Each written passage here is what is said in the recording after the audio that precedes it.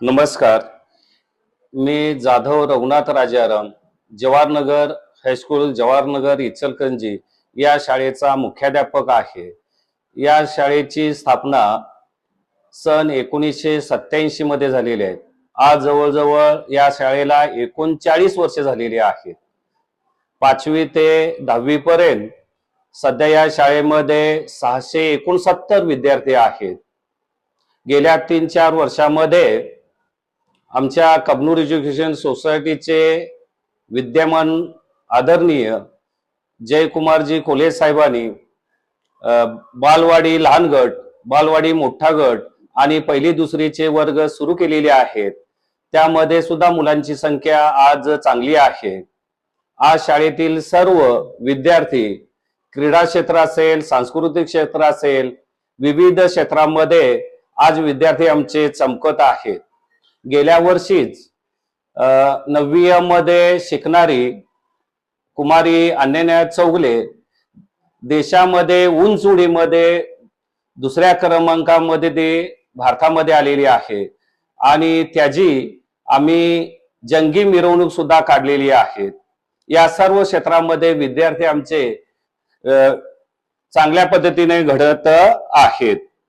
तसेच दरवर्षी 10वीचा निकाल सुद्धा आमचा 100% आहे.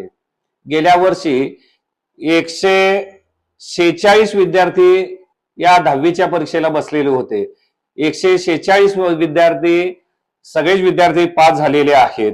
हे सर्व आमच्या सर्व शिक्षक बंधू भगिनीमुळे शक्य झालेले आहेत.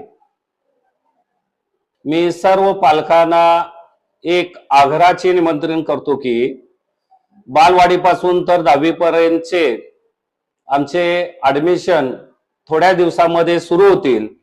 तुम्ही आवश्यक आमच्या शाळेला भेट द्या. नमस्कार मॅडम. नमस्कार. वेलकम. थोडी तुमच्याबद्दल माहिती. नमस्कार, मी सौ संगीता भाऊसाहेब चव्हाण, कबनूर एज्युकेशनच्या जवाहरनगर हायस्कूल जवाहरनगर इचलकरंजी येथे सहाय्यक शिक्षक पदावर कार्य करत आहे. माझं शिक्षण MSc M.Ed DCS झालेलं असून माझं प्राथमिक शिक्षण हे पुण्यातील सेवा सदन इथे झाले. 11वी 12वी पुन्हा पुण्यामध्येच वाडिया कॉलेजमध्ये केलेलं आहे. त्यानंतर BSc मुंबईच्या झुंझुनवाला कॉलेजमध्ये. त्याचप्रमाणे MSc माझं विद्याविहार येथे KJ सोमय्या कॉलेज या ठिकाणी झालेलं आहे. तिथूनचा प्रवास म्हटलं तर मग मी कोल्हापूरला आले लग्नानंतर. लग्नानंतर माझं B.Ed झालंय ते आपल्या शिवाजी युनिव्हर्सिटीमध्ये. त्यानंतर M.Ed केलं मी आणि M.Ed हे झाले यशवंतराव चव्हाण मुक्त विद्यापीठमध्ये आणि DCS सुद्धा केले यशवंतराव चव्हाण मुक्त विद्यापीठमध्ये. अशा रीतीने माझा या शिक्षणाचा प्रवास वेगवेगळ्या ठिकाणाहून झाल्यामुळे बऱ्याच अनुभवातून मी तयार झालेली आहे. तिन्ही महत्वाच्या सिटी फिरलाय तुम्ही. हा बरोबर. सगळ्यात मोठा अनुभव तोच. बरोबर बरोबर. मग इथे शाळेत येणं कसं झालं, म्हणजे तुम्ही कोणत्या वर्षी जॉईन झाला किंवा तुमचा सुरुवातीचा अनुभव कसा होता? तसं पाहिलं तर 1995ला माझं नुकतंच B.Ed पूर्ण झालं होतं आणि त्यावेळेला आपल्या या शाळेमध्ये लॅब असिस्टंटची जागा रिकामी होती. ऍक्च्युली मी होते MSc M.Ed ते पण बॉम्बे युनिव्हर्सिटीची. आणि संस्थेला काय वाटलं कोणास ठाऊक, संस्थेनं माझा विचार केला आणि संस्थेनं त्यावेळेचे तत्कालीन सेक्रेटरी आता कैलासवासी आदरणीय सुधाकर मनेरे मामा, त्याचप्रमाणे आमचे संस्थेचे विद्यमान अध्यक्ष आदरणीय जयकुमारजी कोल्हे बाप्पा यांनी आणि त्यांचा मुलगा आदरणीय मिलू दादा यांनी मला या जागेसाठी बोलवलं आणि सांगितलं की मॅडम तुम्ही लॅब असिस्टंट पदासाठी इच्छुक आहात का. तेव्हा असा विचार केला की ठीक आहे, काम तर आपल्याला शिक्षकाचंच करायचंय, पद कुठलेही असू दे, आपल्याला मुलांमध्ये जायचंय, मुलांमध्ये शिकवायचंय आणि भविष्यात आपल्याला शिक्षक हे पद मिळू शकतं या उद्देशाने मग त्यावेळेला मी 1995ला रुजू झाले. तुमच्या सुरुवातीच्या काळाचे काय अनुभव आहेत तुम्हाला, म्हणजे ज्यावेळी तुम्ही नुकतंच नवीन गाव, नवीन लग्न होऊन आला होता, त्यानंतर नवीन शाळेत म्हणजे अचानक शाळेत तिथं आणि अनपेक्षित पदावर. बरोबर. मग ती सुरुवात कशी होती? माझं लग्न 1992 साली. बरोबर. अगदी योगायोगानच म्हणावं लागेल, म्हणजे असं लग्न करायचंय किंवा बघाबघीचा कार्यक्रम वगैरे असं काही नाहीये. ऍक्सिडेंटलच असं झालं. सहज आम्ही ताईच्या गावाला म्हणून आलो होतो, आमच्या ताईचं गाव आहे आणि त्या ठिकाणी ताईचे दीर लागतात आमचे मिस्टर. बर. आणि त्या ठिकाणी असंच येण्याचा योग आला आणि त्यातच बघणं झालं आणि सगळ्यांनी विचार केला की मुलगी चांगली आहे, आपण पुढे पुढे विचार करायला हरकत नाही. आणि डोक्यात तो कधी विचारच नव्हता, कारण मी होती मुंबईची बरोबर. आणि हे पडलं गाव, म्हणजे फार अगदी शेवटचे 2 टोकं. बरोबर. पण आई वडिलांच्या पुढं, त्याच्या पुढे आम्ही काही गेलो नाही, कारण माझे सासरे आणि माझ्या बहिणीचे सासरे हे आम्हाला दोघांनाही नाही विचारलं की तुम्हाला काय पसंत वगैरे आहे का, आणि त्यांनी सरळ सांगितलं पूर्वीची पद्धत की आमचे सासरे म्हणाले की असं काहीतरी हुंड्याचा वगैरे विषय चालला असेल. त्याला आमच्या बहिणीचे सासरे म्हणाले की अहो तुम्हाला एवढा शिकलेला पैशाचा हंडा देतोय आणि तुम्ही हुंडा काय मागताय. आमच्या सासऱ्या पण ते फार जीवाला लागला, म्हणाले काय पण होऊ दे, आता करणार तर हीच मुली करून घेणार, आम्हाला तुमचे काही नको. आणि अगदी स्वाभिमानानं खूप चांगली माणसं आम्हाला भेटली. आज मला अभिमान वाटतोय की त्यावेळेला कदाचित मी जर नाही म्हटले असते तर आज माझं क्षेत्र वेगळंच असतं, पण आज जी मला या गावामुळे ओळख मिळाली आहे ती फार वेगळी आहे आणि त्याचा मला खूप आनंद आहे. बरोबर. शाळेबद्दल काय सांगाल? त्यानंतर शिक्षण सुद्धा सहज ऍक्सिडेंटल झालं, त्याला MSc होते मी. बरोबर. सहजच आमचे एकत्र कुटुंब होते, कुठे बाहेर जायचं नाही, काही नाही, असा प्रकार होता. आणि आमचे दीर म्हणाले की BEdचे फॉर्म निघालेत, भरूया का तुझा फॉर्म. तर मी म्हंटल नको, माझ्या कधी डोक्यात पण नव्हतो. मग जाऊबाई म्हणल्या अगं चल ना, त्या निमित्तानं आपल्याला कुठं फिरायला मिळेल, विमान बिल्डिंग वगैरे बरंच ऐकलं होतं आम्ही. आणि मग आम्ही गेलो, फॉर्म भरला आणि अक्षरशः मला ह्याच्यामध्ये मेरिटमध्ये मला ऍडमिशन मिळालं. आणि मग माझ्या कॉलेजची सुरुवात झाली. कॉलेजमध्ये पण खूप चांगले, जयेंद्र आवळेला माझं BEd झालं, तिथे सुद्धा मला खूप चांगले शिक्षक मिळाले आणि त्या ठिकाणी मला खूप चांगल्या पद्धतीचे मार्क सुद्धा मिळाले. आणि त्याच फलित म्हणजे कदाचित मला परमेश्वराने या चांगल्या संस्थेमध्ये काम करण्याची संधी मिळाली. या संस्थेमध्ये सुरुवातीचे दिवस कसे होते तुमचे? सुरुवातीला तसं बघितलं तर शिक्षणाचा काही अनुभव म्हणजे BEd झालं होतं, बरोबर, पण असं डोक्यात पण नव्हतं की आपल्याला असं लगेचच नोकरी लागेल, म्हणजे असं आपण मेंटली प्रिपेअर्ड नव्हते. पण बोलून घेतल्यानंतर असं वाटलं, खरं शाळेमध्ये आल्यानंतर मला कधीच असं वाटलं नाही की आपण नवीन आहोत. त्यावेळेचा माझा तो स्टाफ, त्यावेळेला वनबट्टे सर असतील, आवळे सर असतील, भरमोंडा मॅडम असतील, कोष्टी मॅडम असतील, तो कुडाळकर मॅडम होत्या, आणि शाळेचा जो स्टाफ होता तो इतका हेल्पफुल असा होता की मला कधी नवीन वाटलंच नाही. उलट नंतर काही दिवसांनी असं वाटलं की मीच जुनी आहे आणि हा स्टाफ नवीन आहे का काय. आणि सगळ्यात महत्वाचं म्हणजे माझी विद्यार्थी, त्यांनी मला एवढं भरभरून प्रेम दिलं की काय सांगायला नको. इतक्या छान पद्धतीनं मी याच्यामध्ये रुळले आणि कधी मी माझी नोकरीची 31 वर्ष झाली मला कळलं सुद्धा नाही. आणि सगळ्यात महत्वाचं म्हणजे इथे मी ज्यावेळेला नोकरीला आले त्यावेळेला सुभाष कडापा असतील, दादा कडापा सर असतील, त्यांनी माझे काही आमचे गुण बघितले होते. मी जरा सांस्कृतिक याच्यामध्ये जरा मला खूप आवड आहे आणि त्यातून त्यांनी माझे ते कला गुण बघून मला जे एकदा ते सांस्कृतिक विभाग दिला तो आज तागायत 31 वर्ष झालं आज तागायत मी हा सांस्कृतिक विभाग अतिशय हात सफाईनं अतिशय चांगल्या पद्धतीनं करते. जरी दुसऱ्यांकडे जरी विभाग दिला तरी काम हे मलाच करावं लागतं. नाही, याबद्दल मी पण सांगेन की आज मी जरी शिक्षण संस्थेत 10-12 वर्ष झालं काम करत असेल तरी याच शाळेचा विद्यार्थी असल्यामुळे आणि लहानपणापासून तुम्हाला बघितलेलं आहे, म्हणजे कसं बोलणं कसं असावं कुठेतरी आम्ही हे तुमच्याकडून नक्की शिकलो. बरोबर, त्यासाठी तुमचं मनापासून आभार. धन्यवाद. या शाळेत आल्यानंतरचा तुमचा जो सुरुवातीचा काळ तुम्ही आता सांगितला, त्यावेळेचे विद्यार्थी कसे होते, किंवा अगदी त्यावेळी टेक्नॉलॉजी नव्हती किंवा काहीच गोष्टी माहिती नव्हत्या विद्यार्थ्यांना, तुम्ही पण नवीन होता, बरोबर आहे. ते कोपअप करण्यात तुमचा वेळ कसा जात होता? असं कधी आम्हाला कोपअप करावं लागतं असं जाणवलंच नाही. बरोबर, म्हणजे विद्यार्थ्यांमध्ये जाऊन आम्ही इतकं हसत खेळत त्याचं हे शिक्षण घेत होतो. तसं मी मगाशी सांगितलं तुम्हाला, मी होतो ऍक्च्युली लॅब असिस्टंट, पण मला संस्थेने कधी लॅब असिस्टंटचं काम करू दिलं नाही, कारण त्यांना माहिती होतं की माझ्याकडे काय स्किल आहे. त्यामुळे मी नेहमी वर्ग शिक्षकाचंच काम केलंय. आणि त्यावेळेला माझ्याकडे असे विद्यार्थी होते की त्यावेळेला घारसे नावाचा एक विद्यार्थी होता आणि इतका हुशार होता तो विद्यार्थी, म्हणजे त्यावेळेला तो मला वाटत होतं की तो पुढे MPSC UPSC वगैरे होईल, इतका ब्रिलियंट असा तो मुलगा होता. पण भविष्यात काहीतरी अडचणीमुळे तो मुलगा मागं पडला. ते मला अजूनही खंत आहे की कदाचित तो नंतरच्या काळात कुठेतरी बाहेर पडल्यानंतर आमच्याशी कॉन्टॅक्ट केला असता तर कदाचित आज तो कुठेतरी कलेक्टर वगैरे झाला असता, कारण वडील वारल्यामुळं त्याचं शिक्षण अद्यावत राहिलं. म्हणजे असे विद्यार्थी मला भेटले की चॅलेंजिंग पोरं होती, आम्हाला जाणीवपूर्वक प्रश्न विचारायचे, त्यांना माहित होतं ह्या नवीन आहेत बरोबर. आणि त्यामुळे ते असे आडवे तिडवे प्रश्न विचारायचे, पण आम्ही सुद्धा कधी त्यांना प्रश्नाचे उत्तर द्यायला मागे पडलो नाही. आणखीन एक उदाहरण सांगेल की माझी एक विद्यार्थिनी होती ज्योती देवळे. हो. ज्योती देवळे या विद्यार्थिनीला नवोदय विद्यालयाला ऍडमिशन मिळालं. आम्हाला सगळ्यांना खूप आनंद झाला की अरे वा, ज्योतीला याला ऍडमिशन मिळालं. बरोबर. आणि तिला जाताना आम्ही खूप रडलो. माझी अगदी प्रिय विद्यार्थिनी होती ती, म्हणजे खूप लाडकी विद्यार्थिनी होती, कारण ती इतकी हुशार होती आणि नम्र, खूप छान. आणि ती जाताना मी इतकी रडले की मला म्हणजे आपली मुलगीच सासरला चालली की काय, अशा पद्धतीने माझ्या सुद्धा भावना होत्या आणि तिच्या सुद्धा. ती मला सोडायला तयार नव्हती. मॅडम मी जाणार नाही म्हटली. बरोबर. पण त्यावेळेला मी म्हटलं बाळ, आता आपण हे जे आकर्षण आहे म्हणजे तुझं आणि माझं प्रेम आहे ते दोघींच्या मधलं, त्या प्रेमापोटी तुझं कुठंतरी नुकसान व्हायला नको आणि तुझ्या भविष्यासाठी आपण थोडासा हा विचार करायला पाहिजे आणि तू तिथं जायला पाहिजे. मग कसं तरी करून ज्योती तिकडे गेली, पण काही दिवसातच ज्योती पुन्हा परत आली. बरं. ती तिथं थांबलीच नाही. तिने सांगितलं की मॅडम तुम्ही जसं शिकवता तसं अजिबात शिकवलं जात नाही आणि मी काय तिकडे जाणार नाही. मग शेवटी मुलांच्या मनावर काहीतरी विपरीत परिणाम व्हायला नको असा विचार करून मग त्या ठिकाणी आम्ही परत तिला आमच्या शाळेमध्ये घेतली. या अशा प्रकारच्या विद्यार्थ्यांचं आमचं आणि त्यांचं नातं होतं. बरोबर. म्हणजे आजच्या काळात हे ऐकायला पण नवं वाटेल आणि सांगायला पण वेगळं वाटतं की शिक्षक विद्यार्थी यांच्यातलं प्रेम आपुलकी इतकी असायची की विद्यार्थी शिक्षकांसाठी मिळालेली संधी सोडून येत होते आणि शिक्षक देखील आपल्या मुलाप्रमाणे त्या विद्यार्थ्यांना मानत होते. त्यांची प्रत्येक गोष्ट जाणीवपूर्वक लक्ष देऊन काळजी घेऊन सगळं आई वडिलांसारखं त्यांनी सांभाळलेलं होतं. आणि ही खरंच आजच्या काळातल्या मुलांना किंवा पालकांना देखील आणि आज नवीन जे शिक्षक आहेत त्यांच्यासाठी खूप मोठी गोष्ट आहे की हे समजून घेणं गरजेचं आहे. शिक्षक कसा असावा.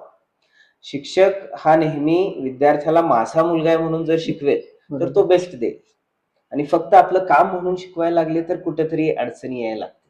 तर असे शिक्षक आपल्याला आजच्या पॉडकास्टमध्ये मिळालेत, त्यामुळं नक्कीच आम्ही धन्य झालो. आणि जसं मी म्हटलं की ही शाळा माझी आहे, तर आम्हाला घडवलंय या शाळेने आणि त्या घडवण्याच्या मागे आज मला म्हटलं जातं की बोलतोच छान, पण कुठेतरी मॅडम आहेत त्या मागे हे मी नक्की सांगेन की आम्हाला बोलायची सवय इथं अशा शिक्षकांमुळे लागलेली आहे. आमच्या जवाहरनगर हायस्कूल जवाहरनगरचा इतिहास हा गौरवशाली आहे. परंपरा आहे या विद्यालयाला. कबनूर एज्युकेशन सोसायटी म्हणजे आज एक ब्रँड आहे. इचलकरंजी आणि पंचक्रोशीमध्ये आमची संस्था ही नावाजलेली आणि नामांकित अशी आहे. विद्यार्थ्यांचा प्रवेशासाठी खूप लोंढा आमच्याकडे असतो, कारण या विद्यालयामध्ये या संस्थेमध्ये विद्यार्थ्याचा सर्वांगीण विकास हा एकमेव उद्देश या ठिकाणी सिद्ध होतो. या विद्यालयातील शिक्षक विद्यार्थ्याशी पूर्णपणे अगदी मिसळून त्यांचा सर्वांगीण विकास होण्याच्या दृष्टिकोनातून प्रयत्नशील राहतात. कबनूर एज्युकेशन सोसायटीच्या एकंदरीत 3 शाखेपैकी ही 2 नंबरची शाखा ज्या जवाहरनगरमध्ये आहे त्या ठिकाणचा जर एकंदरीत परिसर पाहिला तर तो अत्यंत गोरगरीब, मोलमजुरी करून खाणारे, यंत्रमागावर पाळी करणारे, कांड्या भरणारे, धुणे भांडे करणारे, गारमेंटला काम करणारे अनेक विद्यार्थ्यांचे आई आहेत किंवा वडील नाहीत, वडील आहेत पण आई नाही, अशा परिस्थितीतून शिकण्यासाठी येणारी ही एकमेव आमची जवाहरनगर हायस्कूल जवाहरनगरचं विद्यालय आहे. आमच्या विद्यालयाचा जर तुम्ही एकंदरीत वार्षिक फी जरी पाहिली तर संपूर्ण इचलकरंजी आणि परिसरामध्ये सर्वात कमी फी घेणारे आमचं विद्यालय आहे. आणि केवळ फी कमी घेते म्हणून शिक्षणाचा दर्जा तसा आहे का? नाही, निश्चित दर्जा उत्तम प्रतीचा आहे, उच्च प्रतीचा आहे. आमच्या विद्यालयामध्ये क्रीडा, सांस्कृतिक, कला आणि त्याचबरोबर बौद्धिक या सगळ्या क्षेत्राकडे, स्पर्धा परीक्षा यांच्याकडे सुद्धा अधिकाधिक लक्ष दिलं जातं. आणि नुसतं लक्ष दिलं जात नाही तर विद्यार्थ्यांना उच्च ध्येय प्राप्तीपर्यंत पोहोचवण्याचं काम या ठिकाणचा अध्यापक आणि अध्यापिका वर्ग करतात. माननीय मुख्याध्यापकांच्या कुशल नेतृत्वाखाली, संस्थेच्या भक्कम नेतृत्वाखाली आमचे विद्यालय, आमच्या एज्युकेशन सोसायटीच्या 3 शाखा प्रचंड प्रगती करत आहेत. यावर्षी जर पाहिला तर आमची क्रीडा क्षेत्रामध्ये राज्यस्तरापर्यंत जो 25 वर विद्यार्थी आमचे राज्यस्तरीय स्पर्धेपर्यंत पोहोचलेले आहेत. एका विद्यार्थिनी तर आमच्या भारतामध्ये 2य क्रमांक पटकावलेला आहे आणि हे निश्चितपणे गौरवशाली आहे आणि तो अभिमानास्पद पण आहे. विद्यार्थ्यांनी आमच्या ह्या एकंदरीत जवाहरनगर आणि आजूबाजूच्या परिसरामध्ये आमच्या विद्यालयाची जुनी ओळख आहे.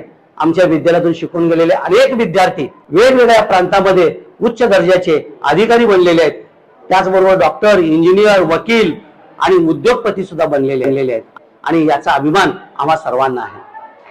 आजच्या घडीला आलेले विद्यार्थी सुद्धा, या विद्यार्थ्यांनी सुद्धा अशाच पद्धतीचं ध्येय बाळगून आमच्या विद्यालयामध्ये प्रवेश घेत आहेत आणि त्यांचा सर्वांगीण विकास करणं ही आमची शिक्षकांची आणि विद्यालयाची जबाबदारी आहे आणि यामध्ये आम्ही निश्चितपणे यशस्वी ठरू.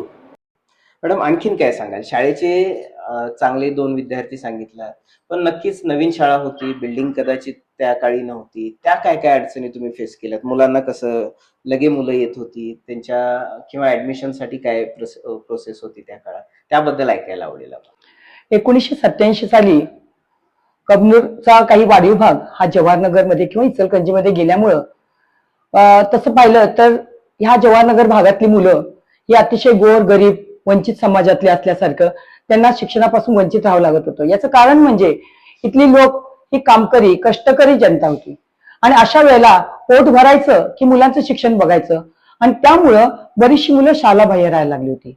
आणि यातूनच बीज अंकुरे अंकुरे ओल्या मातीच्या कुशीत कसे रुजावे बियाणे माळ राणी खडकात.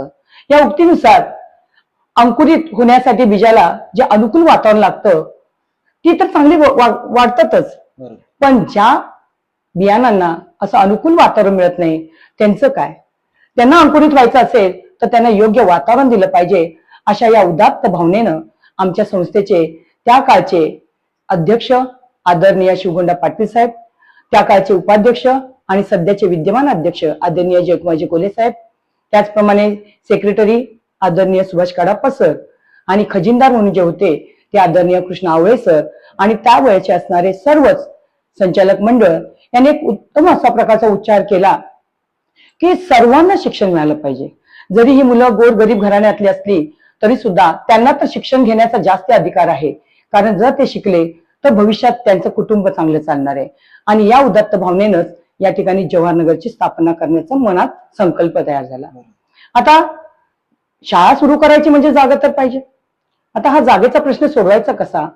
त्यावेळेलाच इचलकरंजीमध्ये आता सध्या जिथे छोटी बाग आहे त्या ठिकाणी 4 खोल्यांमध्ये भाडे तत्वावर आम्ही शाळा सुरू केली. तिथे येणाऱ्या समस्या वेगळ्याच होत्या. जागा अतिशय छोटी, पत्र्याच्या खोल्या, पण त्यावेळेला तिथं ते सारवावं लागायचं. त्यावेळेस आमचे मुख्याध्यापक आदरणीय दादा सुकाडाप्पा सर असतील, त्यावेळेचे शिक्षक, त्यावेळेचे विद्यार्थी इतकी त्यांना शिक्षणाबद्दल ओढ होती की स्वतः येताना शेण घेऊन यायचे आणि शेणानं त्या फरशा सारवून त्या ठिकाणी असणारं हे सारवून त्या ठिकाणी ते अभ्यासाला बसायचे. म्हणजे त्यावेळेच्या विद्यार्थ्यांमध्ये असणारी आत्मीयता, त्यावेळेला कोणत्याही भौतिक साधन सुविधा नव्हत्या, पण तरी सुद्धा हे आमचे विद्यार्थी अशा पद्धतीनं त्या ठिकाणी येत होते. नंतर हळूहळू आमचा ओघ वाढायला लागला, शाळेमध्ये येण्याचं मुलांचं प्रमाण वाढायला लागलं, जागा कमी पडायला लागली आणि या जी आमची संस्था आहे संस्थेच्या मनात पण असं बीज अंकुरायला लागलं की आता आपल्याला परत कुठेतरी वाढीव भाग केला पाहिजे. एवढ्यावर आपण थांबून चालणार नाहीये, तर एवढ्याच मुलांना जर आपण शिक्षण दिलं तर थांबलं तर काय होईल? आणि आपल्याला जास्तीत जास्त मुलं जर या प्रवाहात आणायची असतील तर त्यासाठी आपल्याला स्वतःची जागा बघितली पाहिजे.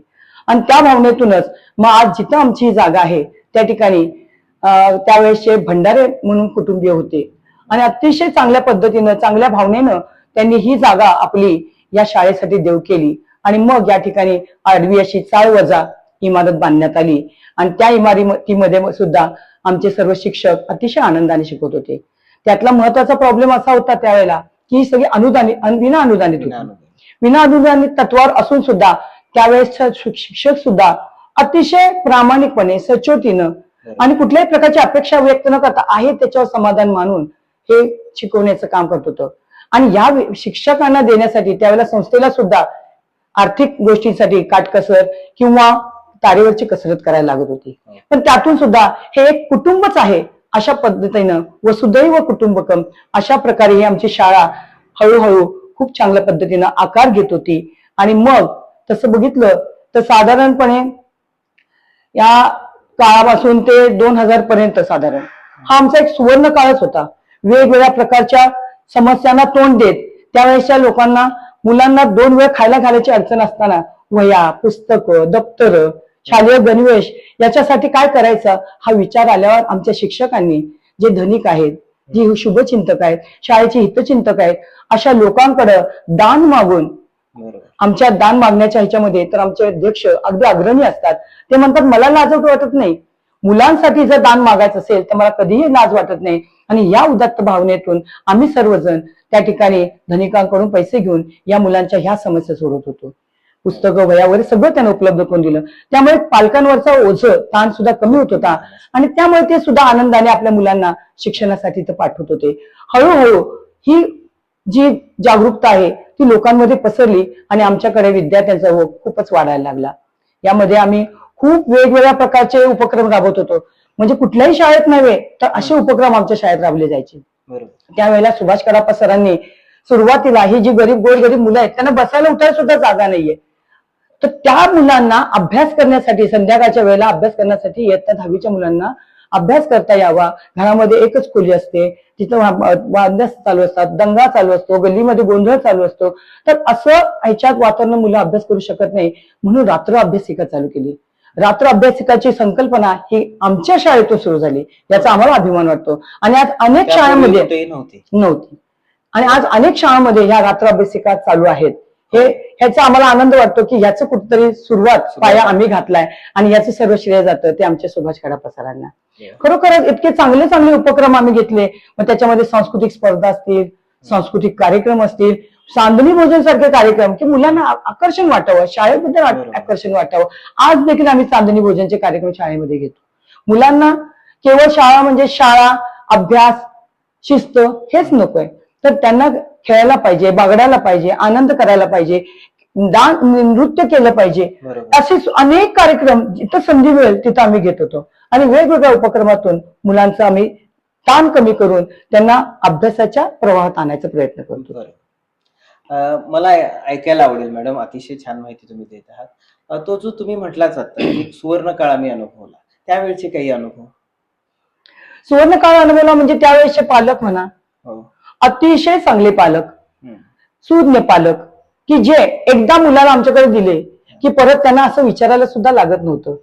आज आम्हाला पालकांना बोलू म्हणजे अशी परिस्थिती आली आपल्याकडेच नव्हे तर सगळीकडे. जर आज आपण कानोसा घेतला तर आज पालकांना वरचेवर बोलवून सांगावं लागतं. याचं कारण काय, तर त्यावेळेला आमच्याकडे बऱ्यापैकी अधिकार होते. मुलगा एखादा आगाऊपणा केला, खोडी केली तर त्याला कानाला धरण्याचा पण अधिकार पालकांनी आम्हाला दिलेला होता. तुम्ही त्यांचे पहिले आई वडील, मग आम्ही, असे सांगणारे पालक आमच्याकडे होते. काही आगाऊपणा केला तर मॅडम तुम्ही आम्हाला विचारू सुद्धा नका, त्याला काय झालं तर मी जबाबदार आहे, अशा प्रकारे हे देणारे पालक आमच्याकडे होते. आणि त्यामुळं त्या विश्वासानंच आम्ही त्या मुलाला घडवत होतो. आम्हाला कधीच तो मुलगा वेगळा वाटला नाही. माझा मुलाला जर चुकला तर मी कसं वागेन, अशाच पद्धतीने सगळे पालक आमच्या विद्यार्थ्यांबरोबर वागत होते. आत्ताच्या पालकांमध्ये काय फरक वाटतो? आता कसं झालंय की प्रत्येकाला एक नाही तर दोन, हा एक जिव्हाळ्याचा प्रश्न आहे. त्यामुळे प्रत्येक जण आपल्या मुलाला फार जपण्याचा प्रयत्न करायला जास्त काळजी वाटते. फारच ते मुलांबद्दल फारच कॉन्शियस झालेले आहेत. बरोबर. आणि त्यांना असं वाटतंय की माझा मुलगा म्हणजे राजकुमार. आजकालच्या मुलांना शिकवायचं म्हणजे राजकुमाराची शिकवणी घेतल्यासारखं आहे. आमची सुभाष कडापा नेहमी म्हणतात आताचा काळ फार वेगळा आहे, मुलांचा राजकुमाराची शिकवणी घेण्यासारखं आहे. म्हणजे राजकुमाराला नापास तर करता येत नाही. राजकुमार सगळ्यांच्यात हुशार तर झाला पाहिजे, पण राजकुमारला मारता येत नाही, राजकुमारला वाईट बोलता येत नाही. अशा वेळेला अशी परिस्थिती आज येऊन बसलेली आहे. आणि पालकांना काहीतरी सांगायचं म्हटलं तर आज आमच्याकडे अधिकार पण कमी आहेत बरेचसे. तरी पण आजही मला त्याचा पण अभिमान वाटतो की आजही आमच्याकडे असे पालक आहेत की ते सुद्धा शिस्तप्रिय पालक आहेत. मॅडम तुम्ही कधीही आमच्या बद्दल, त्या मुलांबद्दल आमची तक्रार येणार नाही. जिथं त्याचं चुकतंय तिथं तुम्ही त्याला योग्य ती शिक्षा करू शकता, असेही पालक आहेत. पण काही असे प्रकरण ऐकायला मिळतात त्यावेळेला कधीतरी एक शंका मनात येते की आपण कुठंतरी थोडंसं थांबलेलं बरं आहे. म्हणजे कुठंतरी जाणवते, हे फरक जाणवते. म्हणजे तो काळ आणि हा काळ याच्यात बराचसा फरक आहे. पण आजही आपली शाळा ही खूप शिस्तप्रिय आहे अशी सगळीकडे म्हणजे हे आहे अजून पण. बरोबर आहे. कारण जुने शिक्षक, बरोबर, जुने शिक्षक अजून आहेत आणि ते त्याच काळजीनं त्याच ह्यानं अजूनही घेतात. बरोबर. आता बदललेली परिस्थिती जी तुम्ही आता सांगितली त्यात काय काय प्रामुख्याने बदल तुम्हाला दिसतात? प्रामुख्याने म्हटलं तर एक सगळ्यात महत्वाचा बदल म्हणजे त्या काळचे जे पालक होते आणि आताचे पालक, या पालकांमध्ये असं आहे की मला जे मिळालं नाही ते मी माझ्या मुलाला देणार.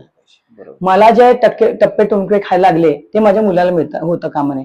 भले मला रात्रंदिवस काम करायला लागू दे, मला जादा पाळी करायला लागू दे, पण मी माझ्या मुलाला सगळं देणार.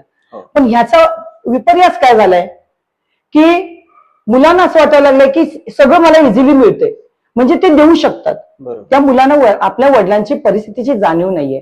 बरोबर पालकांनी आपल्या मुलांना परिस्थितीची जाणीव करून देणं गरजेचं दिलं आहे. पाहिजे. बरोबर हे माझं मत आहे. हो. ह्याचं एक उदाहरण सांगते तुम्हाला की एका टेरेसवर एक डॉक्टर सुशिक्षित आणि एक आजोबा झाडांना रोज पाणी घालत असतात आणि पाणी घालत असताना रोज बघत असतात, दोघं एकमेकांना भेटतात, हाय हॅलो करून. एक दिवशी रात्रीचा खूप जोराचा पाऊस येतो आणि पाऊस आल्यानंतर दोघांना काळजी वाटते आपली झाडं आता मरणार. बरोबर आजोबा पाणी घालत असताना एक दिवस आड घालत होते. हम्म. डॉक्टर मात्र रोज घालत रोज असतो घालायचं. पाणी, काळजीपूर्वक माझं झाडं चांगली आली पाहिजे बरोबर या दृष्टीनं.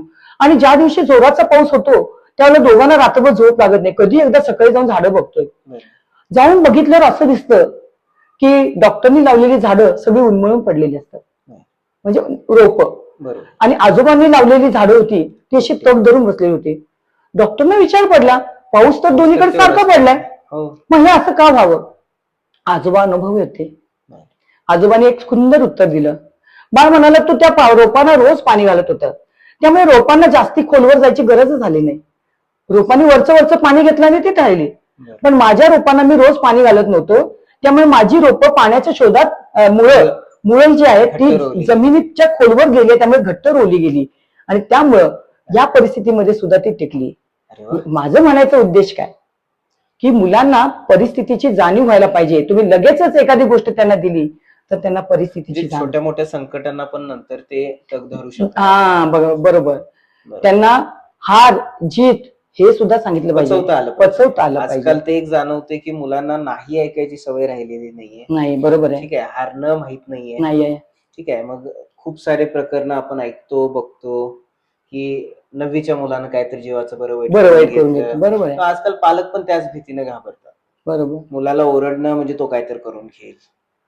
मग ही परिस्थिती अतिशय भयावह आहे तसं बरोबर. बघायला गेलं तरी. कारण काल परवाच एक बातमी आली की एक चायनीज ऍप इन्स्टॉल केलं म्हणून वडिलांनी डिलीट केलं. बर. म्हणून 3 मुलींनी 4थ्या मजल्यावरनं उडी मारली आणि पत्र लिहून उडी मारली की वडिलांनी आमचं ऐकलं नाही, क्रूर आहेत वडील. आयुष्यभर त्याच्या मनाला टोचणी लावून गेल्या शेवटी. एक फक्त ऍप डिलीट केला, त्याच्यावरची व्हिडिओ बघू नको या कारणासाठी. मग हे का घडलं मॅडम असं वाटतं तुम्हाला? का आपण ऑलरेडी त्यांना इतकं द्यायला लागलो की त्यांना नाही ऐकायची किंवा हे असं नाही करायची सवयच राहिली? मग या चूक कोणाची? चूक मला तर वाटते आपलीच आहे चूक. बर. कारण कसं आहे, पालक म्हणून मी मुलांना घडवत असताना, कारण शेवटी आपण शिक्षकांना सांगताना सुद्धा म्हणतो मूल हे मातीचा गोळा आहे. हो हा. बरोबर. आणि शिक्षक हा कुंभार आहे. आधी तो आघात करतो आणि मग आकार देतो. बरं. हे म्हणजे कळलं हे पाहिजे. पहिल्यापासून कसं आहे की कुंभार मडकं घडवताना आघात करतो आणि आकार देतो, पण आता आघात बाजूला झालाय.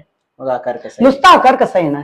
बरोबर आहे. कारण ही नॅचरल प्रवृत्ती आहे. हो, हो हो बडकं घडवायचं असेल तर त्याला आघात हे करावं लागणार, थापटायलाच पाहिजे, त्याशिवाय ते होणारच नाहीये. बरोबर ना. शिल्पकाराला जर मूर्ती घडवायची असेल तर तो टाकीचे घाव सोसल्याशिवाय देव पण येत नाही, ना त्या दगडाला किंमत ना दगडाला किंमतही नाही. बरोबर. पण आज हा जो भाग आहे आघात किंवा दगड किंवा टाकीचे घाव, हे शब्दच त्यांच्या डिक्शनरीतनं बाजूला झालेत. त्यामुळे मुलांना मार, राग, भीती हे सगळे शब्द मला वाटतं त्यांच्या डिरेक्टरी मधून बाजूलाच पडलेले आहेत. बरोबर. पूर्वी मुलांना आदरयुक्त भीती होती, आज मुलांना भीती कशी आहे? कशाचीच नाही. कशाचीच नाही.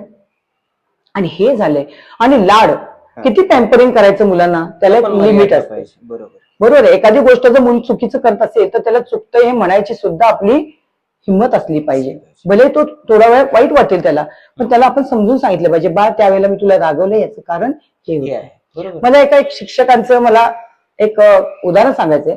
आमच्याकडे एक पालक होते, ते शिक्षकच होते आणि त्यांची मुलगी माझ्याकडे होती आणि पहिल्या चाचणीमध्ये ती 2ऱ्या नंबरवर होती आणि दुसऱ्या चाचणीला ती पहिल्या नंबरवर आली.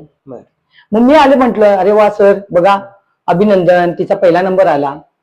तर मला म्हटले काही अभिनंदन नाहीच मॅडम, अहो तिच्या स्वतःच्या मार्कात काही वाढ नाही झालेली, दुसरी मुलगी कमी मार्क पाडली म्हणून ही पहिली आले. असा प्रोग्रेस काय उपयोगाचा?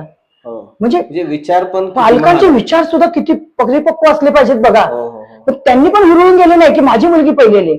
आज पालकांचे हितच चुकायला लागले. आपण कम्पेअरिंग करतोय, मुलांशी कम्पेअर करतोय. माझा मुलगा भोसलेंच्या मुलापेक्षा चव्हाणांचा मुलगा पुढे, पण भोसलेंच्या मुलाला किती मार्क आहे, तुमच्या मुलाला आधी किती होते, त्याची आता किती? इम्प्रुव्हमेंट पर्सनल त्याची पर्सनल लेवलला इम्प्रुव्हमेंट झाली का हे आम्ही बघत नाही. बरोबर. हे पाहिलं पाहिजे. प्रगती 35 चा 40 ही पण प्रगतीच ही पण प्रगतीच आहे. अगदी बरोबर. बरोबर. बरोबर आहे की नाही? बरोबर. ही पण प्रगती आहे. आपण ज्या त्या मुलाला त्याच्या जुन्या कपॅसिटी प्रमाणे बघून बरोबर पुढे आहे. गेलो पाहिजे. प्रत्येक वेळी 95% पोराला सांगून होणार नाही. नाही बरोबर. बरोबर. म्हणजे पूर्वी असं होतं की पालक पण होते, असे पालक होते, आज रेस मध्ये लागले, रेस मध्ये लागलेले, प्रत्येक ठिकाणी नुसती रेस. आणि ही रेस खरोखर जीव घेणी रेस आहे. हो. आणि आज सगळ्यात महत्वाचं, आज मी सेमी इंग्लिश घेते. बऱ्याचशा पालकांबद्दल मला असं म्हणायचं वाटतं की प्रत्येकाचा बुद्ध्यांक काही सारखा नसतो. बरोबर. आता व्यक्ती तितक्या प्रवृत्ती, व्यक्ती तितक्या प्रकृती असं आपण पण म्हणतो. मग व्यक्ती तितकी त्यांची बौद्धिक क्षमता वेगळी आहे, त्यांची आवड वेगळी आहे, त्यांना असणारा रस वेगळा आहे. पण आज ठराविक एका शाखेकडेच लोकांचा जाण्याचा ओघ आहे. बरोबर.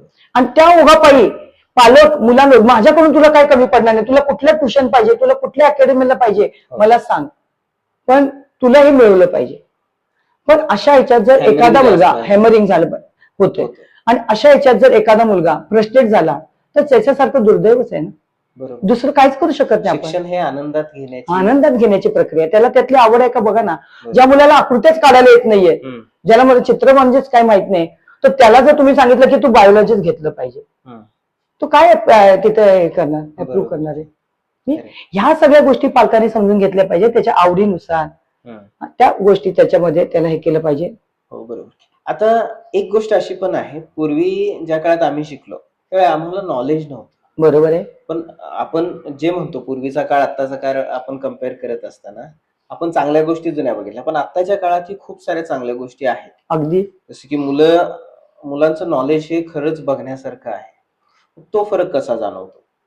फरक जाणवतो म्हणजे मुलं आम्हाला क्रॉस चेक करतात बऱ्याच वेळेला शिकवत असताना, की मुलं आम्हाला त्याची पर्यायी गोष्टी विचारतात. बरोबर. म्हणजे आजचा शिक्षकांनी अपडेट झालं पाहिजे, नाहीतर आपण आउटडेट होणार, हेही मला शिक्षकांना सांगायचं. You have to be updated, otherwise you will be outdated. आणि आजची मुलं ही इतकी हुशार आहेत, किती त्यांच्याकडून आम्ही बऱ्याचशा शिकतो. बऱ्याच वेळेला मुलांचे पेपर आम्हाला सांगतात की उत्तर कसं असलं पाहिजे, आदर्श उत्तरं कशी असली पाहिजेत. बरोबर. म्हणजे आम्ही आपल्या पूर्वीच्या वयाच्या प्रमाणे चालत असतो, पण नाही. आणि हे आपण मान्यवर केलं पाहिजे मोठ्या मनानं करायला. कारण मी शिक्षक आहे, मीच खरं असं म्हणून चालणार नाहीये. जे चांगलं आहे ते आपण सुद्धा घेतलं पाहिजे, अशा मताची मी आहे. खरंय. बरोबर की मॅडम. म्हणजे आजची मुलं अपडेटेड शिक्षकापेक्षा कधी कधी जास्त खूपच, कारण मोबाईलचा युज आहे, मोबाईलचा यूज आहेत. आता आपल्या संस्थेची भविष्याची ध्येय आणि धोरणे, म्हणजे आता आपलं वर्किंग पॅटर्न कसा चालतो, आपल्यात कोणकोणत्या विभागावर लक्ष दिलं जातं किंवा कोणकोणत्या विभागात मुलं घडवली जातात.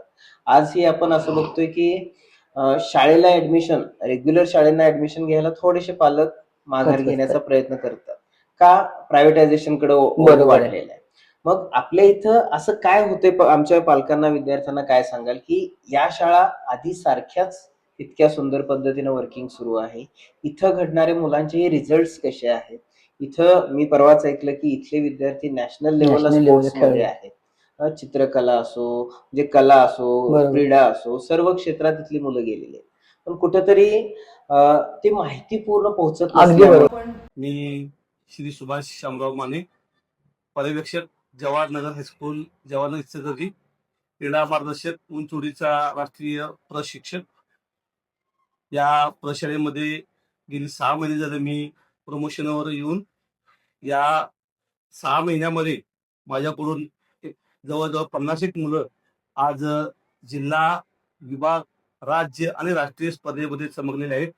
प्रामुख्याने त्यामध्ये विभागाला माझ्याकडून 25 मुलं मैदानी खेळासाठी पात्र ठरली, तर 6 मुलांची निवड ही राज्य लेवलसाठी झाली. आणि राज्यामध्ये आमच्या प्रशालेने 4x100 मीटर रिलेमध्ये विभागामध्ये पहिला क्रमांक काढून राज्यामध्ये त्याने तृतीय क्रमांक पटकावून ब्रॉन्झ मेडल प्राप्त केले आहे. याशिवाय आमच्या प्रशालेची खेळाडू कुमारी अनन्या चौले हिने उंच उडीमध्ये राज्यात प्रथम क्रमांक पटकावला. आणि या खेळाडूची निवड इंदोर या ठिकाणी झालेल्या शालेय राष्ट्रीय मैदानी क्रीडा स्पर्धेसाठी झाली. आणि त्या स्पर्धेमध्ये तिने 1.52 मीटर इतकी उंच उडी मारून देशात दुसरा क्रमांक पटकावला. हा ती खेळाडू सुद्धा या ठिकाणी माझ्याबरोबर उपलब्ध आहे. अशा पद्धतीनं आम्ही या प्रशालेचं नाव आज राष्ट्रीय लेवलला घेऊन जाण्यासाठी प्रयत्न करत आहोत. प्रामुख्याने यासाठी माझे मित्र श्री रायनाडे सर हे आमच्या प्रशालेचे क्रीडा विभाग प्रमुख आहेत. त्यांच्या अंडर या ठिकाणी या स्पर्धा या त्या मुलांचा सराव चालतो. याशिवाय आमच्या प्रशालेचा एक खेळाडू कबड्डी या स्पर्धेसाठी ठाणे या ठिकाणी किशोर गटातून त्याची निवड झाली होती. वेगवेगळ्या खेळांचा सराव या ठिकाणी सकाळ आणि संध्याकाळ असं 2 सत्रामध्ये घेतला जातो, जेणेकरून वयाच्या 8व्या वर्षापासून ते जवळजवळ 20 वर्षापर्यंतचे खेळाडू आमच्याकडे खेळत असतात. आणि खेळाच्या माध्यमातून आम्ही शाळेला या शाळेचं नाव कशा पद्धतीनं मोठं करता येईल यासाठी आम्ही प्रयत्नशील आहोत. याबाबत या शाळेचं जर कौतुक सांगायचं म्हटलं तर खरोखर शाळेमध्ये फार चांगली मुलं या ठिकाणी शिक्षण घेतात. त्यांच्यामध्ये प्रामुख्याने ही मुलं जी आहेत ती गरिबांची आहेत, पण त्यांचे संस्कार फार चांगले आहेत. आजूबाजूला शाळा आहेत आम्ही पाहतोय, त्या शाळेच्या पेक्षा सुद्धा या शाळेतील मुलं नम्र आहेत, हुशार आहेत, फुटपूर आहेत. आणि अशा मुलांच्या बरोबर राहणं आम्हाला फार आवडतं. या सगळ्यासाठी मेन म्हणजे आमच्या शाळेचे मुख्याध्यापक श्री आर जाधव सर, याशिवाय माझा सर्व स्टाफ, याशिवाय या ठिकाणचा जो परिसर आहे तो परिसरातील पालक विद्यार्थी या सगळ्यांचा आम्हाला फार मोठ्या पद्धतीने सक्रिय सपोर्ट देत असतो. आणि स्वप्नील कोळीसारखे माझे विद्यार्थी या ठिकाणी आम्हाला मिळाले, त्यामुळे आणि जरा आम्ही आपल्या आवडीने काम करतो. कारण त्यांना माहित आहे की आज गेली अनेक वर्ष झालं आम्ही या शाळेच्या माध्यमातून आमच्या विद्यार्थ्यांना वेगवेगळ्या स्पर्धा परीक्षा असतील, वेगवेगळ्या शासकीय परीक्षा असतील, इंग्लिश मध्ये असेल, अर्धो मध्ये असेल, नेव्ही मध्ये असेल, अशा अनेक खेळाच्या माध्यमातून या मुलांना आम्ही घेऊन जाण्याचा प्रयत्न करत आहोत. प्रामुख्याने अनुकूलित करेल. आज राष्ट्रीय लेवलला या शाळेचे अनेक खेळाडू खेळताना आपण पाहतोय. उदाहरण तुम्हाला सांगायचं म्हणजे तर आमच्याकडचा परवात प्रसाद पेडणेकर नावाचा एक माझा खेळाडू खेळाच्या माध्यमातून तो पोलीसमध्ये सक्रिय झाला. याशिवाय या शाळेची एक विद्यार्थी जितीश सिंग नावाची खेळाच्या माध्यमातून त्याला आर्मीमध्ये गेलेली आहे. अनेक खेळाडू खेळत असतात.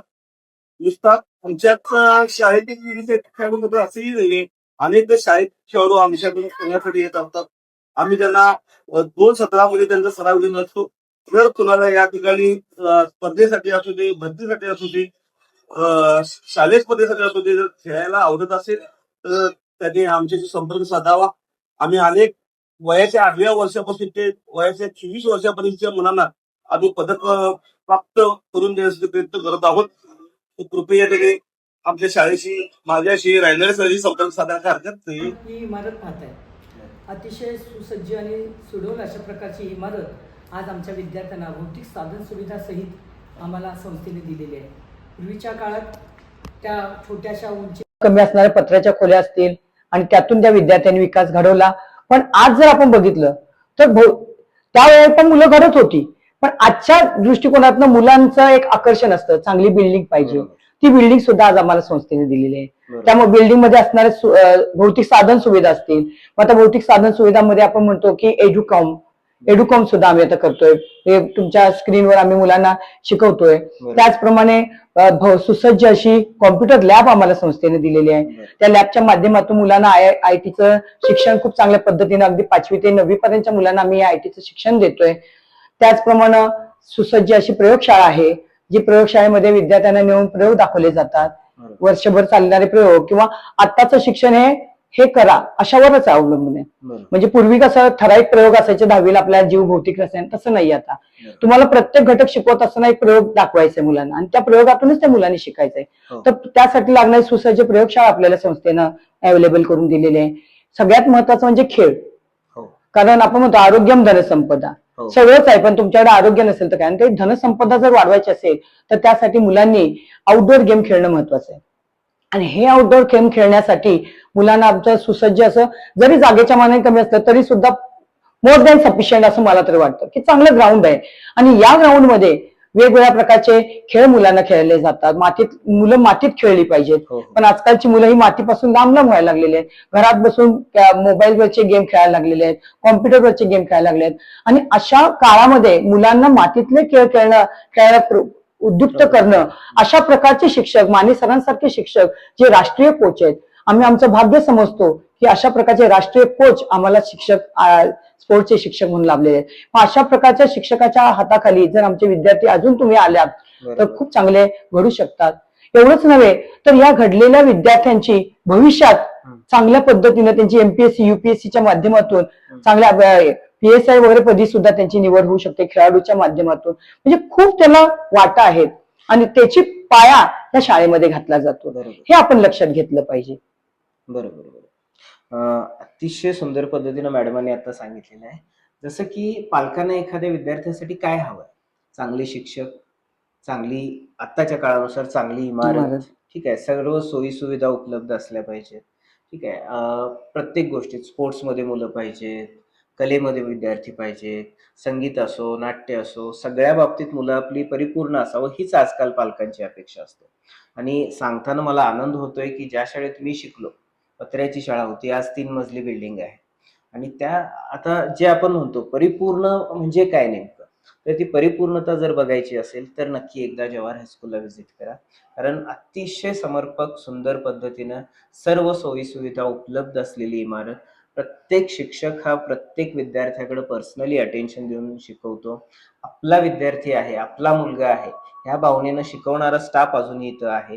त्यामुळं नक्की प्रत्येक पालकांनी एकदा येऊन शाळा पाहावी की सुंदर पद्धतीने शाळा कशी वर्किंग होत असते. नक्कीच मी सांगेन की वेगवेगळा पैसा देऊन शिकण्यापेक्षा इथं अगदी काही न घेता इतकं सुंदर शिक्षण मिळतं. हे जर पालकांना लक्षात आलं तर नक्कीच पालकांचे पण पैसे वाचतील आणि मुलांचं पण करिअर चांगलं होईल.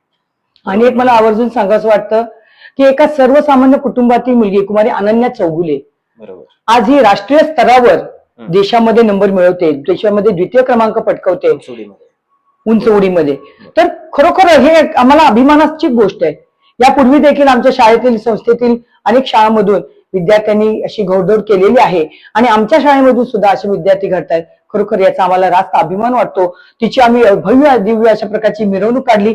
अक्षरशः माईक हातात घेऊन मी तिची मिरवणुकीमध्ये अनाउन्समेंट करत होते. मला म्हणजे त्याचं भान जगाचं सुद्धा भान राहिलं नाही की लोक काय म्हणतील, क्या कहेंगे लोग, आजकल का रोग आहे की क्या कहेंगे लोग. पण त्याला सुद्धा मी कुछ तो लोग कहेंगे, तर त्याला सुद्धा मी न जुमानता मला इतका अभिमान वाटला की माझी मुलगी आज देशामध्ये जर एवढ्या चांगल्या पद्धतीने खेळून आपल्या शाळेचं नाव द्वितीय, नॉट अ जोक. बरोबर की.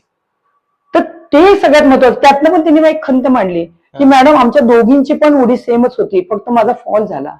असू दे बाळ म्हटलं, ह्याच्यात सुद्धा सिंह जेव्हा उडी घेत असतो त्याला 2 पावलं मागे जात असतो आणि मग तो पुढे घेत असतो.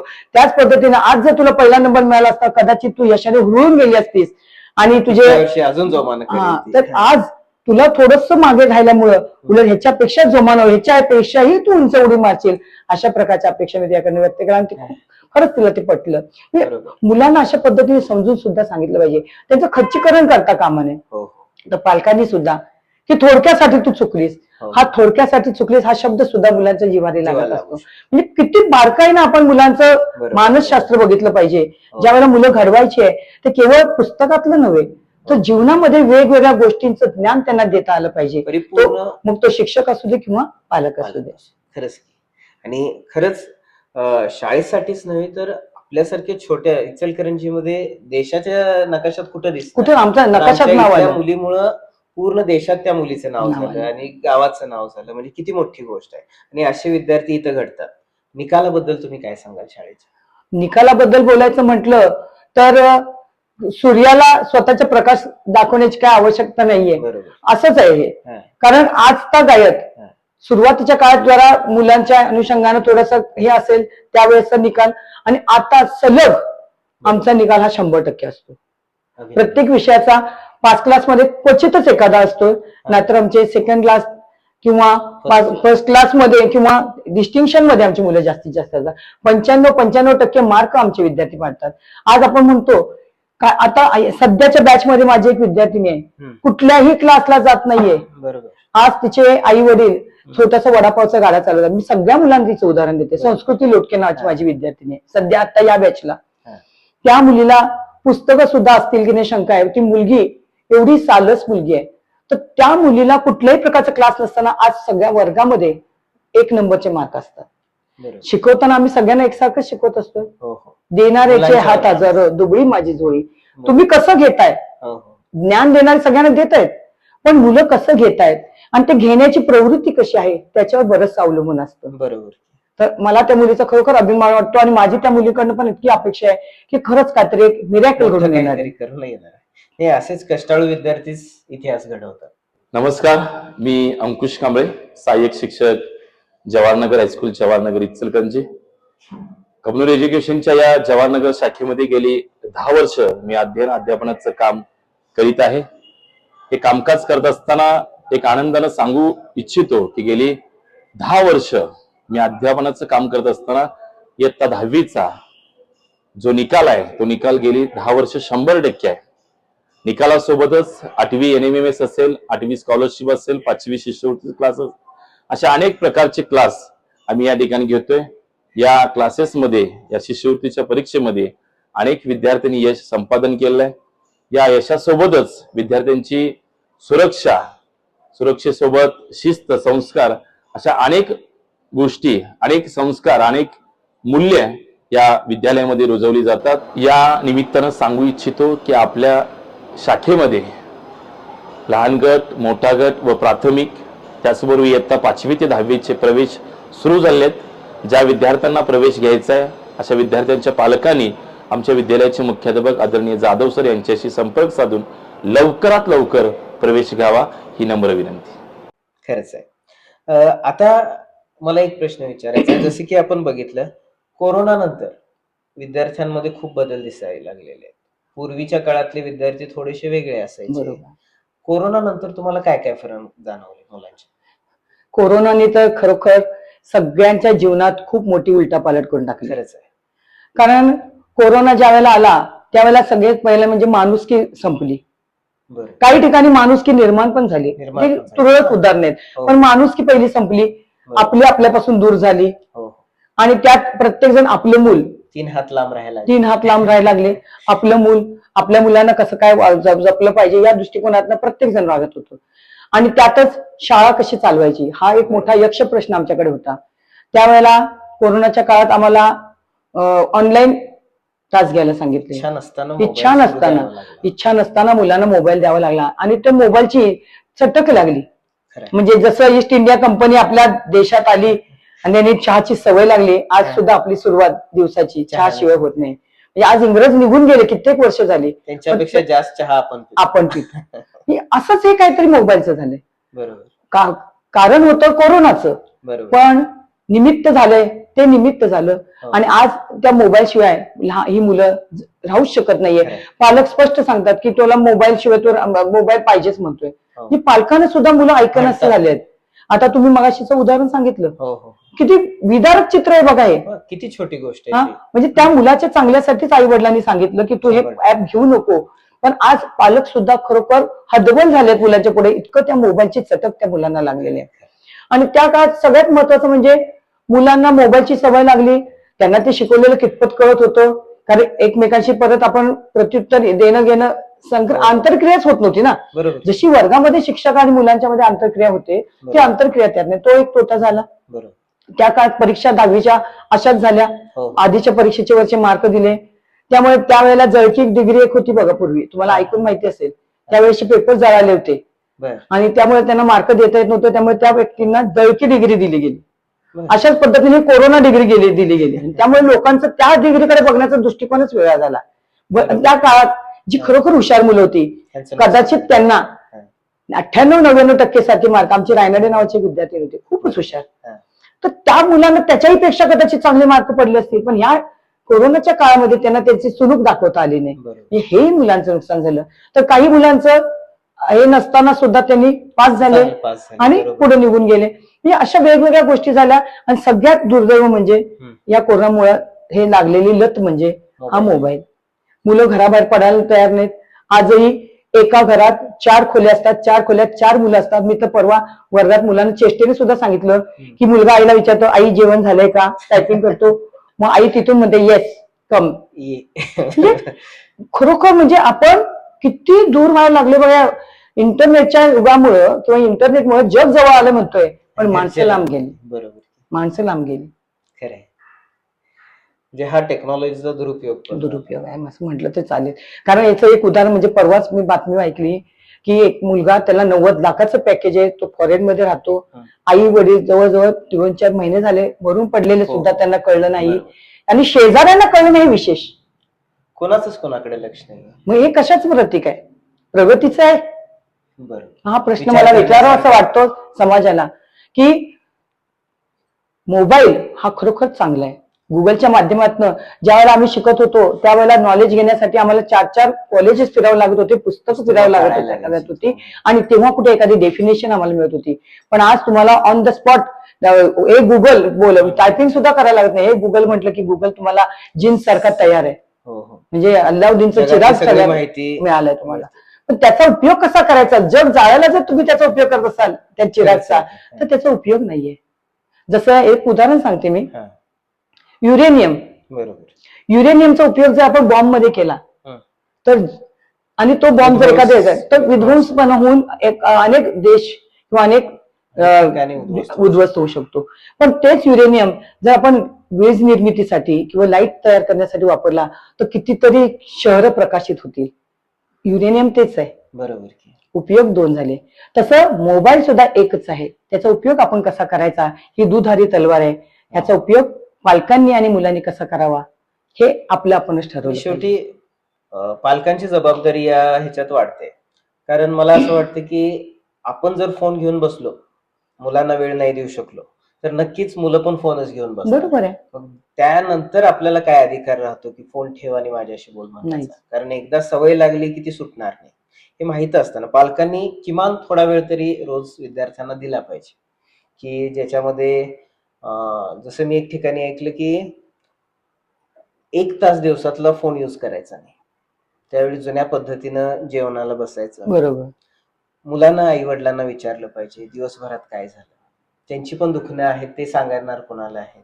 आणि आई वडिलांनी आवर्जून मुलांना शाळेबद्दल विचारलं पाहिजे आज काय शिकवलं, या सगळ्या गोष्टींबद्दल विचारलं पाहिजे. जसं तुम्ही आता म्हटलात की मोबाईलमुळे जग जवळ आलेलं आहे पण घरचे दूर गेले. खरंच आहे ते. कारण आई आजारी आहे हे माहित नसतं पण 3 किलोमीटर 20 किलोमीटर 50 किलोमीटर वाला मित्र आजारी असेल तर आपल्याला काळजी वाटते. पण घरी आईला ताप आलेला आपण विचारत नाही. मग हे कुठंतरी थांबलं पाहिजे आणि त्यासाठी संवाद कमी झालाय हे सगळ्यात मोठं कारण मला वाटतं. कारण संवादच नाहीये. आई वडील आपलं आपलं काम करतात, शाळेला पाठवलं म्हणजे आपली जबाबदारी संपली. हे कुठंतरी विचार करण्यासारखी आता गोष्ट आहे. आणि तुमच्यासारख्या शिक्षकांनी जे तुम्ही इतके वर्ष करतच आलाय पण ह्यासाठी पण काहीतरी आता पुन्हा काहीतरी एक मोहीम उभारली पाहिजे की संवाद वाढला पाहिजे. संवाद वाढला तर नक्की या सगळ्या प्रश्नांची उत्तरं आपल्याला मिळू शकतात. नमस्कार, माझं नाव नेमिनाथ रायनाडे सर. या विद्यालयात मी जवळजवळ गेले 30 वर्ष काम करत आहे. माझ्याकडे प्रामुख्याने NMS हा विभाग असतो. आमच्या विद्यालयामध्ये NMS मध्ये जवळजवळ प्रत्येक वर्षी 6 ते 8 मुलं मेरिटमध्ये येत असतात. NMS स्पर्धेमध्ये आलेल्या मुलांना प्रत्येक वर्षी 12,000 याप्रमाणे 4 वर्षे शिष्यवृत्ती मिळते. अशी एकूण 48,000 शिष्यवृत्ती मिळते. तर या स्पर्धा परीक्षेमध्ये आमच्या विद्यालयाचा नावलौकिक आहे. आमच्या विद्यालयामध्ये असे आतापर्यंत एकूण 50 ते 60 विद्यार्थी मेरिटमध्ये आलेले आहेत. तरी ज्या विद्यार्थ्यांना अशा स्पर्धेमध्ये भाग घ्यायचा आहे त्यांनी आमच्या विद्यालयामध्ये प्रवेश घेऊन आपला विकास करून घ्यावा हे माझं सर्वांना आव्हान आहे. मला तुम्हाला असं एक प्रश्न विचारायचा की शिक्षण म्हणजे नेमकं काय? शिक्षण म्हणजे माणसाला सुसंस्कारित करतं ते शिक्षण. माणसाला घडवते ते शिक्षण. आईला आई, वडिलांना वडील म्हणायला शिकवते ते शिक्षण. माझं तर मत आहे भले तुम्ही शिकून कलेक्टर होऊ नका, साधं काम करा पण आई आणि वडील हे आपले आई वडील आहेत ही जाण ठेवली पाहिजे. हे जाण देणारं सुसंस्कार घडवतं ते शिक्षण. आजकाल शिक्षण म्हणजे नोकरीसाठी पैसे मिळवण्यासाठी जे दिलं जातं ते शिक्षण ही धारणा मुलांच्या मध्ये आहे. बरोबर. ही धारणा बदलली पाहिजे. काही मुलं शिक्षण नसणारी सुद्धा मुलं जगतातच ना, हो हो त्यांच्या कलेवर जगतात. बरोबर. मग त्यांच्याकडे शिक्षण नाहीये ना, पण ती शिकतात किंवा ती जगतात. हम्म. मग जगायला शिकवणारं ते शिक्षण नाहीये. तर जीवनामध्ये आपल्या रंग भरता आले पाहिजे, त्या शिक्षणाचा उपयोग करता आला पाहिजे, तर ते खऱ्या अर्थाने शिक्षक. काही लोकांना तर असं म्हटलं जातं की माझ्याकडे भरपूर आहे, माझ्या वडीलजाद्यांचं बापजादाची भरपूर इस्टेट आहे, मला काय गरज आहे शिक्षणाची. पण बाळा, मला असं म्हणावंसं वाटतं की त्यांनी जी मिळवलेली जी इस्टेट आहे ती कशी वापरायची किंवा ती कशी राखली पाहिजे किंवा कशी वाढवली पाहिजे याचं ज्ञान सुद्धा तुला शिक्षणातून मिळणार आहे. तर असं असतं ते म्हणजे शिक्षण. आणि त्यासाठी म्हणून शिक्षण ही काळाची गरज आहे. त्यामुळे असं कोणी म्हणता कामा नये की शिक्षण नसलं तर काय होईल. नमस्कार, मी आदिती एकनाथ निर्मळे. मी राज्यस्तरीय मैदानी क्रीडा स्पर्धेसाठी निवड झाली होती माझी. मी हायजम्पमध्ये व रिलेमध्ये माझा तृतीय क्रमांक आलेला आहे. अरविंद चौगुले इंदोर येथे झालेल्या शालेय मैदानी क्रीडा स्पर्धेमध्ये 1.52 उडी मारून मी देशात दुसरी आले. मी प्रियंका हेवगी देरवण येथे झालेल्या विभागस्तरीय स्पर्धेसाठी माझी ट्रिपल जम्प या इव्हेंटमधून निवड झाली होती व आम्ही मानेसरांच्या अंगेत सकाळी संध्याकाळी सराव होतो. मी श्रेया चौगुले देरवण येथे झालेल्या स्पर्धेमध्ये मी भालाफेक मध्ये प्रथम क्रमांक आला. आता मला तुमच्या शाळेबद्दल हे विचारायचं की इथं मुलांनी ऍडमिशन का घ्या. आता मी मगाशी सांगितलं की सगळ्यात महत्वाचं म्हणजे आमची जी शाळा आहे बरोबर. त्या ठिकाणी कुठल्याही प्रकारचे फी आम्ही आकारली जात नाही. जी काय परीक्षा फी वगैरे असेल किरकोळ अगदी ती नगण्य. नगण्य. बरोबर. ती फी वगळता कुठल्याही प्रकारची फी आम्ही घेत नाही. आणि इतर शाळेमध्ये दिलं जातं तुलनेनं त्याच्यापेक्षा कदाचित जास्तच आमच्या शाळेमध्ये आम्ही देतो. हे मी अगदी धाडसाने बोलते. हे विधान मी मग त्याच्यामध्ये स्कॉलरशिप असेल, NMMS. आज आमच्या शाळेतली NMMS चे कितीतरी विद्यार्थ्यांना ही स्कॉलरशिप मिळालेली आहे NMMS ची. त्याचप्रमाणे सारथी स्कॉलरशिप मिळालेली आहे. त्याचप्रमाणे वेगवेगळ्या प्रकारच्या प्रज्ञाशोध परीक्षा आहेत. ते विज्ञान असतील, गणित प्रज्ञाशोध असतील. होमी बाबामध्ये सुद्धा आमची मुलं निवडली जातात, जी अतिशय कठीण अशी परीक्षा आहे. त्यानंतर गणित प्रावीण्य परीक्षा असेल. सगळ्या प्रकारच्या प्रावीण्य परीक्षेत आमचे विद्यार्थी अगदी अग्रणी आहेत. दुसरा महत्वाचा मुद्दा या ठिकाणी मगाशी मी सांगितलं की परीक्षेबरोबरच केवळ सगळीच मुलं अभ्यासात असतात असं नाहीये. तर काही मुलं खेळाडू होतात. सचिन तेंडुलकरला तू डॉक्टर हो म्हटलं असतं तर कदाचित आज तो कुठेच नाव त्याचं नसतं. तर त्यामुळे जी मुलं खेळाडू आहेत त्यांचे स्पार्क ओळखून त्यांना त्या खेळाकडे वळवण्याचं काम आमचे शिक्षक करतायत. ज्या मुलांकडे सांस्कृतिकचं आहे, आज मला अभिमान वाटतो की आमचे काही विद्यार्थी आज चित्रपट सृष्टीमध्ये आहेत. काही नाव कोरवी म्हणून एक विद्यार्थी आहे, गिरीश कोरवी. बरोबर. त्यानंतर बरेचसे विद्यार्थी आमचे चित्रपट सृष्टीमध्ये आहेत. मुलगी आहे गोराटे म्हणून एक मुलगी आहे. म्हणजे अशा प्रकारच्या क्षेत्रात आहे. सर्वेश कोल्हे माझा विद्यार्थी. म्हणजे असे विद्यार्थी हे आज चित्रपट सृष्टीत असतील. काही विद्यार्थी आमचे राजकारणात सुद्धा तरबेज झालेले आहेत. म्हणजे केवळ एकच क्षेत्र नाहीये, आम्ही सगळी क्षेत्र काबीज केलेले आहेत. शिक्षण क्षेत्रात आज आमचा पागडे हा विद्यार्थी, तुम्ही जर पागडे KCP हे जर बघितलं, किशोर करिअर पॉइंट अकॅडमी जर बघितला तर हा विद्यार्थी अगदी सामान्यातनं असामान्य अशा प्रकारचं व्यक्तिमत्व आज निर्माण झालेला आहे. आणि आम्हाला अभिमान वाटतो की तो आमचा विद्यार्थी. अशा प्रकारचे सुद्धा विद्यार्थी घडले की ज्यांच्यामध्ये एक स्पार्क निर्माण करण्याचं काम आम्ही केले. फक्त एक ठिणगी चेतवली आहे, पेटण्याचं काम त्यांनी स्वतः केलंय. आणि ही ठिणगी चेतवण्याचं काम या शाळेत केलं जातं हे मी सांगते. आणि म्हणून या विद्यार्थ्यांना एक चांगली ठिणगी पेटवण्यासाठी म्हणून पालकांनी आमच्याकडे त्या मुलांना पाठवावं. आणि त्यांच्यामध्ये जे असतील ते स्पार्क, मग ते सांस्कृतिक मगाशी सांगितलं, खेळ असतील, गायन असतील. आज आमच्याकडे संस्कृतचे शिक्षक आहेत, पण ते संगीत सुद्धा ते शिकलेले आहेत. पण माझा हा विषय नाहीये म्हणून ते थांबलेले नाहीयेत. त्यांनी त्यांच्या तो ज्ञानाचा उपयोग, नेजे सर आहेत, त्या ज्ञानाचा उपयोग मुलांचा वेगवेगळे गीतच तयार करण्यासाठी, म्हणजे अशा पद्धतीनं सगळे शिक्षक आपापला 100% देऊन या ठिकाणी हे शाळा चालवत आहेत. आणि त्याच प्रतीक म्हणजे आज आमची शाळा 1 नंबरवर आहे, ह्याचा आम्हाला सगळ्यांना अभिमान वाटतो. आणि आमचे हे संस्थेचे जे आहेत ते खरोखरच रत्न पारखी आहेत. आणि अशी सगळी रत्न या समुद्रातनं गोळा केलेत आणि ती सगळी रत्न एका ठिकाणी आणलेली आहेत. फक्त आता पालकांनी आमचं पारख केली पाहिजे आणि त्या दृष्टिकोनातनं आपले विद्यार्थी आमच्याकडे पाठवले पाहिजेत, अशीच अपेक्षा मी या ठिकाणी व्यक्त करते. अतिशय सुंदर. म्हणजे सर्व गुण संपन्न शाळा जर कुठं असेल तर या संस्थेकडे बघायला हरकत नाही. असं नक्की सांगेन. आता जाता जाता मला तुम्हाला एक प्रश्न विचारायचा होता की आम्ही जे एक सुरू केलेलं आहे की शाळा ऐतिहासिक आहेत, खूप साऱ्या शाळा ऐतिहासिक आहेत, त्यांचा इतिहास लोकांपर्यंत पोहोचावा यासाठी आम्ही एक छोटासा प्रयत्न केलेला आहे की प्रत्येक शाळेला भेट देऊन त्यांची माहिती परत आम्ही सोशल मीडियावर देतोय, जेणेकरून पालकांना अंदाज यावा की इथं शिक्षण कदाचित अपेक्षेपेक्षा चांगलं मिळतं. फक्त आपल्याला माहिती नसल्यामुळे आपण प्रायव्हेट ठिकाणी जातो, अगदी छोट्या छोट्या बिल्डिंग्स तिथेही असतात. बरोबर. इथं 99% विद्यार्थी आहेत. कदाचित जेई, नीट, सीईटी या स्पर्धा परीक्षा ज्या असतात, या स्पर्धा परीक्षेत टॉप आलेली मुलं आमच्या अशाच शाळेतून कुठेतरी गेलेली असतात. तशीच ही आपली एक जवाहर हायस्कूल शाळा आहे. मग इथं नक्कीच पालकांनी विचार करायला पाहिजे, ही भावना ठेवून आम्ही हे सुरू केलेलं आहे. याबद्दल तुम्हाला आमच्या या उपक्रमाबद्दल काय वाटतं? सगळ्यात पहिल्यांदा खरं तर मुलाखतीच्या सुरुवातीलाच मला तुमचे धन्यवाद मानायचे होते, पण तुमच्या प्रश्नाच्या ह्याच्यात ते राहून गेलं. लास्ट बट नॉट लिस्ट की खरोखरच अतिशय स्तुत्य असा हा उपक्रम आहे. कारण आजचं जग किंवा आजची दुनिया ही ऍडव्हर्टाईजची दुनिया आहे. बरोबर.